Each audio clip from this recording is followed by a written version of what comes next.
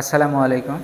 আমি আতাউর রহমান, আরএমসি। আমার পজিশন 865। আজকে আমাদের পড়ানোর বিষয় হলো প্রাণী জগৎ। প্রাণী জগৎকে 33টা পর্বে ভাগ করা হয়। 33টা পর্বের মধ্যে মূল মেজর পর্ব হলো 9টা, আর মাইনর হলো 24টা। এখন এই 9টা পর্বের মধ্যে প্রথম পর্ব হলো, মেজর পর্ব হলো পরিফেরা।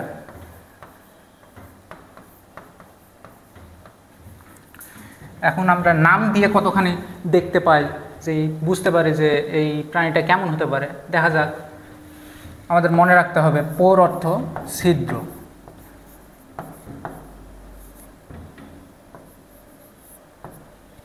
পোর অর্থ ছিদ্র। আর ফেরাকে আমরা তুলনা করতে পারি ফেরিঘাট। ফেরি চলাচল করে, বিভিন্ন কিছু বহন করে, সেখান থেকে আমরা ফেরা থেকে আসতে পারে বহন।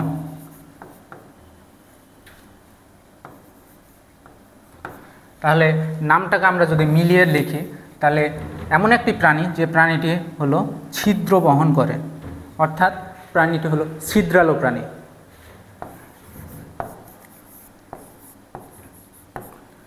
ছিদ্রাল প্রাণী। ছিদ্রযুক্ত আরেকটা জিনিস আমাদের মাথায় আসতে পারে স্পঞ্জ, অর্থাৎ পরিফেরার আরেকটা নাম হলো স্পঞ্জ।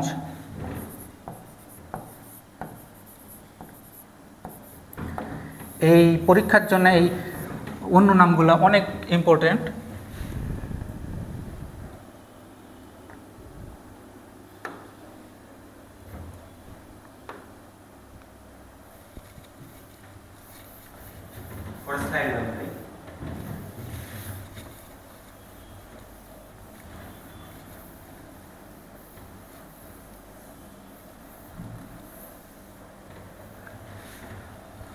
তাহলে পরিফেরা অর্থ ছিদ্রযুক্ত প্রাণী। তো আমরা একটু আঁকিয়ে দেখার চেষ্টা করি কেমন হতে পারে প্রাণীটি। একটা প্রাণী আঁকছে, প্রাণীর প্রাচীরটা মোটা করে দিই, না হলে প্রাণীটা মারা যেতে পারে। পোর অর্থ ছিদ্র, অর্থাৎ এখন আমাদের দরকার ছিদ্র, অনেক ছিদ্র।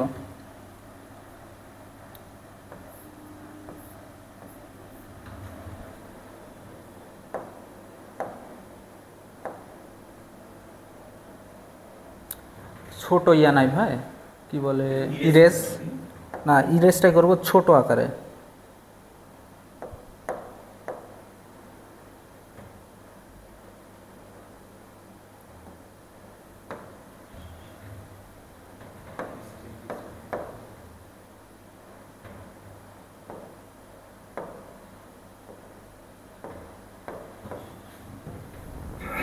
আচ্ছা, সমস্যা নেই।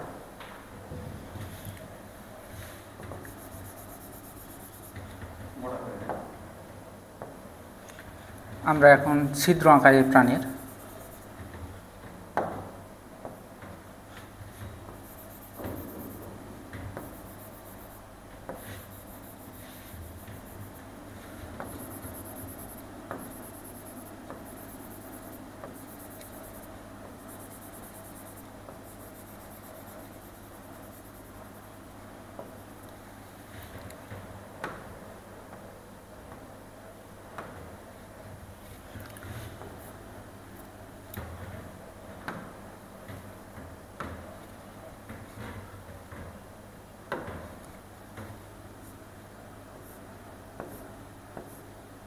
ছিদ্রগুলো আঁকাতে থাকে।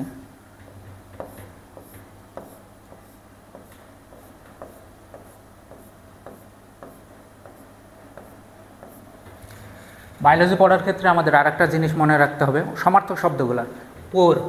পোর ছিদ্র, এর আরও সমার্থক শব্দ হতে পারে অস মানে ছিদ্র, অথবা স্টোম মানে ছিদ্র। আমরা ইংরেজিতে অনেক জানি যে ওয়ার্ডের শেষে এ থাকলে সেটা হয় প্লুরাল ওয়ার্ড। তাহলে এখানে অনেক ছিদ্র আছে, তাই আমরা এটার নাম দিতে পারি অস্টিয়া।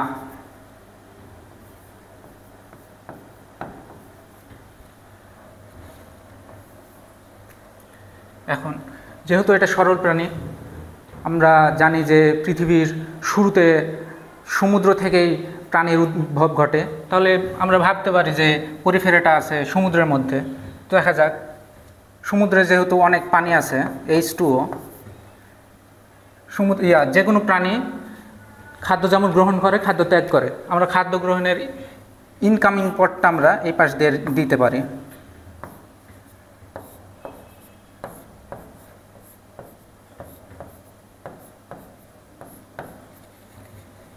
পরিফেরার ইনকামিং পথ হলো অনেকগুলো, বাট আউটগোয়িং পথ একটাই।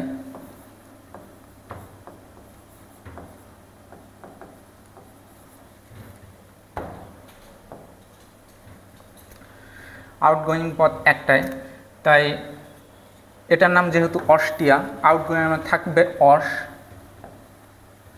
আর যেগুলো সিঙ্গুলার ওয়ার্ড সেখানে লাস্টে থাকে আম, তাহলে এটার নাম আমরা দিতে পারি অস্কুলাম।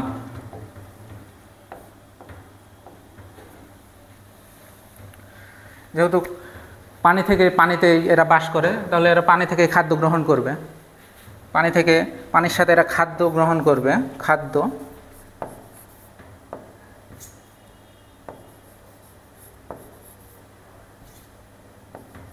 বারবার ভুল হচ্ছে,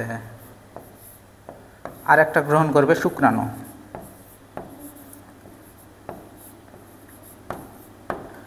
আচ্ছা, শুক্রাণু এপার দিয়ে প্রবেশ করছে, এপার দিয়ে প্রবেশ করছে, এপার দিয়ে প্রবেশ করছে। এখন এই পানি বা খাদ্য এই জায়গাতে আসবে, এই জায়গাটা হলো একটা ফাঁকা জায়গা।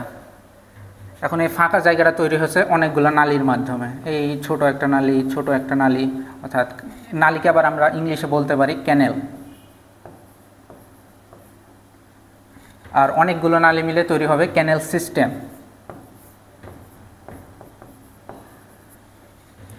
তাহলে অনেকগুলো নালী হয়ে তৈরি হবে ক্যানেল সিস্টেম। আমাদের দেখতে পাচ্ছি এখানে কয়েকটা ওয়ার্ড আমরা জানতে পেরেছি পরিফেরা থেকে। একটা হলো অস্টিয়া, অস্কুলাম, নালীতন্ত্র অর্থাৎ ক্যানেল সিস্টেম।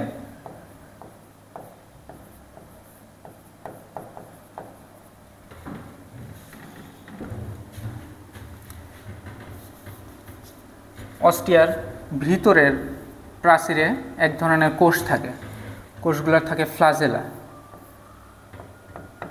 এই ফ্লাজেলাযুক্ত কোষকে বলা হয় কোয়ানোসাইট। ফ্লাজেলাযুক্ত কোষগুলোকে বলা হয় কোয়ানোসাইট। কোয়ানোসাইট অর্থাৎ ফ্লাজেলাযুক্ত কোষ।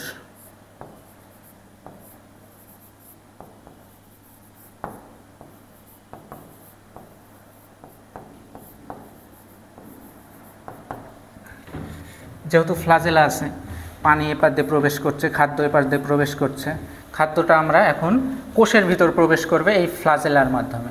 প্রবেশ করলো, এখান থেকে বিভিন্ন খাদ্য তৈরি হলো, এখান দিয়ে শুক্রাণু প্রবেশ করলো, এখানে ডিম্বাণু থাকবে, এর সাথে মিলিত হবে। এখন এই জায়গাতেই সবসময় যে পানি থাকবে, তাহলে তো এই প্রাণীটা তার বর্জ্যটা ত্যাগ করতে পারবে না। তো এই বর্জ্য ত্যাগ করার জন্য আমরা কিভাবে বর্জ্যটা ত্যাগ করতে পারি সেটা একটু চিন্তা করে দেখি। যেহেতু এগুলো ফ্লাজেলা, এগুলো মুভ করবে, মুভ করার মাধ্যমে এই জায়গার পানি যেগুলো আছে, পানিগুলা এই পাশ দিয়ে বের হবে। বের হওয়ার পরে এখানে একটা ভ্যাকিউম অর্থাৎ ফাঁকা স্থান সৃষ্টি হবে। ভ্যাকিউম অথবা ফাঁকা স্থান। আমরা আগেই জেনেছি পরিফেরার অপর নাম হলো স্পঞ্জ। আর বায়োলজিতে গহ্বর বা ফাঁকা স্থানকে বলা হয় সিল বা ল্যাকুনা। এগুলা অর্থ হলো গহ্বর।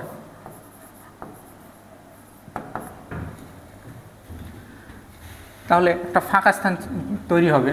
তো পরিফেরার যেহেতু অপর নাম স্পঞ্জ, আর সিল মানে গহ্বর, তাহলে একসাথে এটার নাম আমরা লিখতে পারি পঞ্জসিল। তাহলে আমাদের আরেকটা ওয়ার্ড জানা হয়ে গেল স্পঞ্জসিল। বায়োলজির আমরা টার্মগুলো আজকে শিখি, পরিফেরা থেকে কী কী টার্ম আসতে পারে। ফাঁকা স্থান, এপাশ দিয়ে বর্জ্য ত্যাগ হচ্ছে। এখন এই পরিফেরাকে আমরা শক্ত করতে চেষ্টা করব। শক্ত করতে হলে আমরা কিছু দিতে পারি কাঁটার মতো জিনিস। এই আকারের কাঁটার মতো একটা জিনিস দিই, দেখা যাক এই কাঁটার মতো। এগুলা অনেক শক্ত, শক্ততায় ক্যালসিয়াম কার্বনেট থাকতে পারে অথবা চুনময় আমরা বলতে পারি। তাহলে আমরা এর প্রাচীরে আমরা এই কাঁটার মতো স্থানগুলো জিনিসগুলো দিতে পারি। কিন্তু এই কাঁটাগুলো তো নড়াচড়া করতে পারে, তাই আমরা একটা সুতা দিতে পারি, সুতা দিয়ে এগুলো বেঁধে দিই।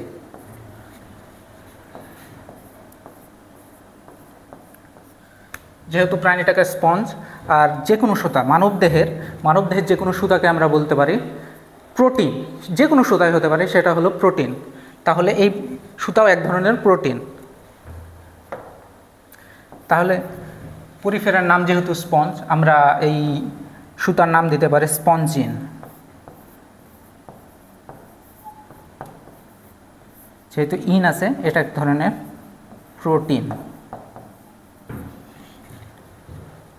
এখন সুতা দিয়ে বেঁধে দিলাম, যার ফলে প্রাচীরটা শক্ত হলো, প্রাণীটা গঠন ভালো হলো।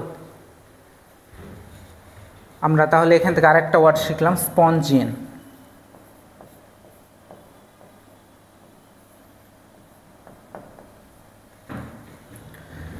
ভিতরে যেহেতু কোয়ানোসাইট কোষগুলো আছে, বাইরেও এরকম আমরা একটা পর্দা বা কোষ দিতে পারি ত্বকের মতো, আর এই কোষটার নাম হলো পিনাকোডার্ম।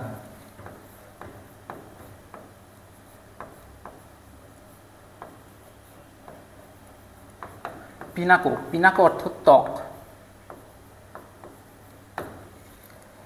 প্রত্যেকটার সাথে পিনাকোডার্ম বা ত্বক আছে, আর প্রত্যেকটা কোষকে বলা হয় পিনাকোসাইট। এটা আমাদের পরিফেরার বাইরে আবরণ, ভিতরের আবরণে থাকে হলো কোয়ানোসাইট। আর কোয়ানোসাইটগুলো একসাথে যে একটা ত্বক তৈরি করে সেটা হলো কোয়ানোডার্ম। তাহলে পরিফেরার বাইরের আবরণটা হলো পিনাকোডার্ম আর ভিতরের আবরণটা হলো কোয়ানোডার্ম। তাহলে এই একটা শেষ হলো। এই প্রাণীটাকে দেখে মনে হচ্ছে কোনো এর প্রাণীর হাত পা নাই, তবে হাত পা না থাকলে প্রাণী কোনোভাবে চলতে পারবে না। তাহলে প্রাণীটা হলো পূর্ণাঙ্গ প্রাণী হলো নিশ্চল বা সেসাইল।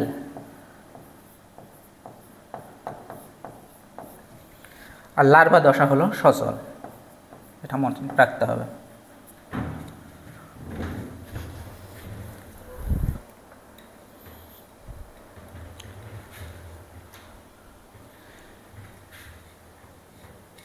আর একটা জিনিস এখান থেকে পড়া যাইতে পারে, সেটা হলো আবাসস্থল, প্রাণীর আবাসস্থল।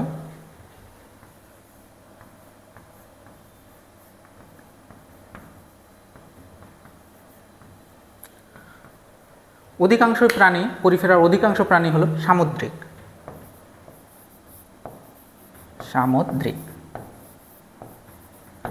অনলি একটা হলো মিঠা পানিতে থাকে, একটি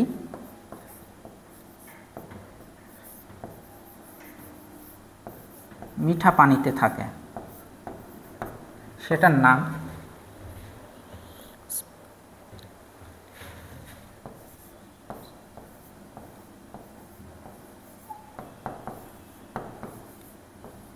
স্পঞ্জিলিডিয়া। পরিফেরা থেকে আমাদের এতটুকু পড়লে এইচএসসির জন্য এনাফ, কিন্তু এতখানি তো মুখস্থ করা একটু কষ্টকর হবে। আমরা দেখি শর্টকাটে কোনো মুখস্থ করতে পারি কি না, এটাই মূল কথা। ক্লাসের মূল লক্ষ্য হলো এটা। পরিফেরা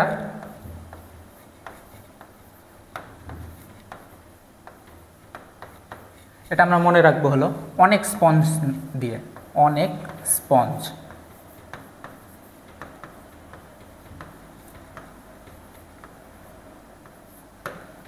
আচ্ছা, অনেক স্পঞ্জের প্রত্যেকটা ওয়ার্ডে আমরা একটা করে ওয়ার্ড মনে রাখবো। দেখা যাক হয় কতখানি হয়, চেষ্টা করে দেখে। দিয়ে হলো অস্টিয়া,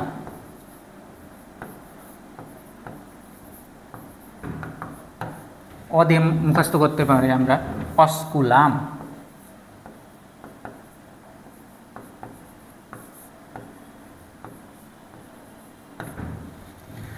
দিয়ে আমরা মনে রাখতে পারি নিশ্চল। কিন্তু নিশ্চল হলো পূর্ণাঙ্গ প্রাণী।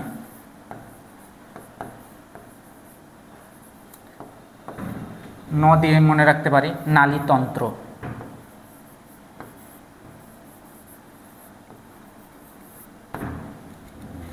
ক দিয়ে আমরা মনে রাখতে পারি কোয়ানোসাইট।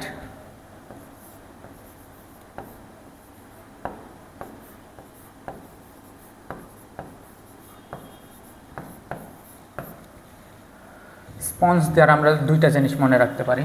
স্পঞ্জ দ্বারা মনে রাখব স্পঞ্জোসিল,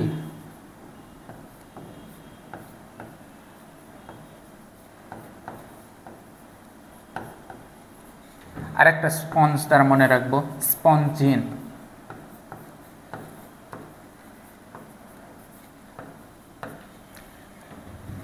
পরিফেরার মধ্যে এই ওয়ার্ডগুলো জানলে আমরা একটা সৃজনশীল বা অ্যাডমিশনের জন্য এমসিকিউ সম্পূর্ণ আমরা কমপ্লিট করতে পারি। এখন এই ওয়ার্ডগুলার টার্মগুলার মানে জানতে হবে। দেখি মানেগুলো কি হয়।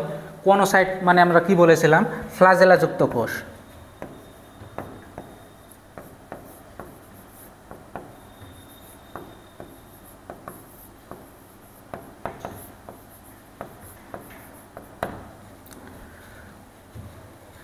অস্টিয়া মানে বলেছিলাম অনেক ছিদ্র, ছোট ছোট ছিদ্র।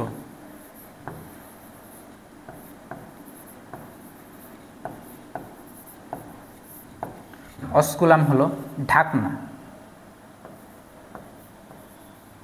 ঢাকনা বা প্রান্তীয় ভাগ।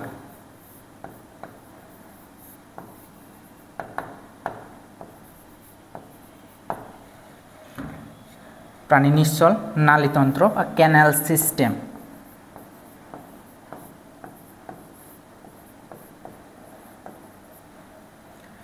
পরিফেরার প্রায় প্রত্যেকটা ওয়ার্ডেরই আমরা অর্থ জানলাম। দুইটা বাকি আছে, দেখি। স্পঞ্জোসিল, সিল মানে গহ্বর, স্পঞ্জ তাহলে এটা একটা গহ্বর, পরিফেরা প্রাণীর গহ্বর। স্পঞ্জিন এটা এক ধরনের প্রোটিন।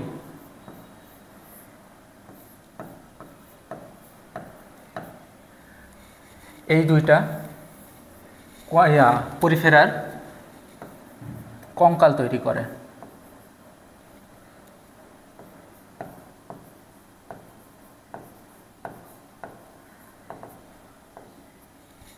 কঙ্কাল বা দেহ গঠন করে, দেহকে মজবুত করে, দৃঢ় করে। পরিফেরা থেকে, পরিফেরার অপর নামগুলো ছিল কি, ছিদ্রালু প্রাণী,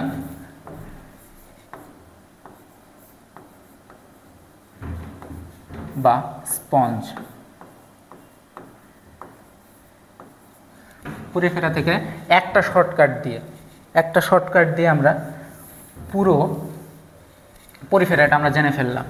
অতে অস্টিয়া, অতে অস্কুলাম, নতে নালীতন্ত্র, নতে নিশ্চল, কতে কোয়ানোসাইট, স্পঞ্জে স্পঞ্জোসিল, স্পঞ্জে স্পঞ্জিন।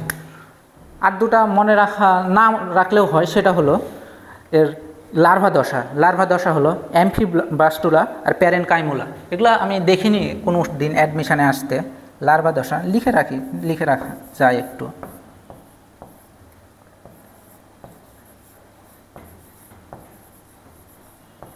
অ্যাম্ফিব্লাস্টুলা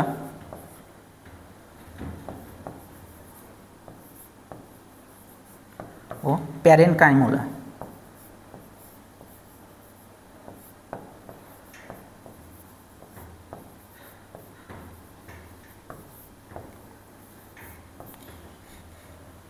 এই হলো পরিফেরার যা জীবনচক্র। পরিফেরা এর থেকে বাইরে কোশ্চেন আসার সম্ভাবনা খুবই কম। তাহলে আজকে আমাদের ক্লাস এখানে শেষ হচ্ছে।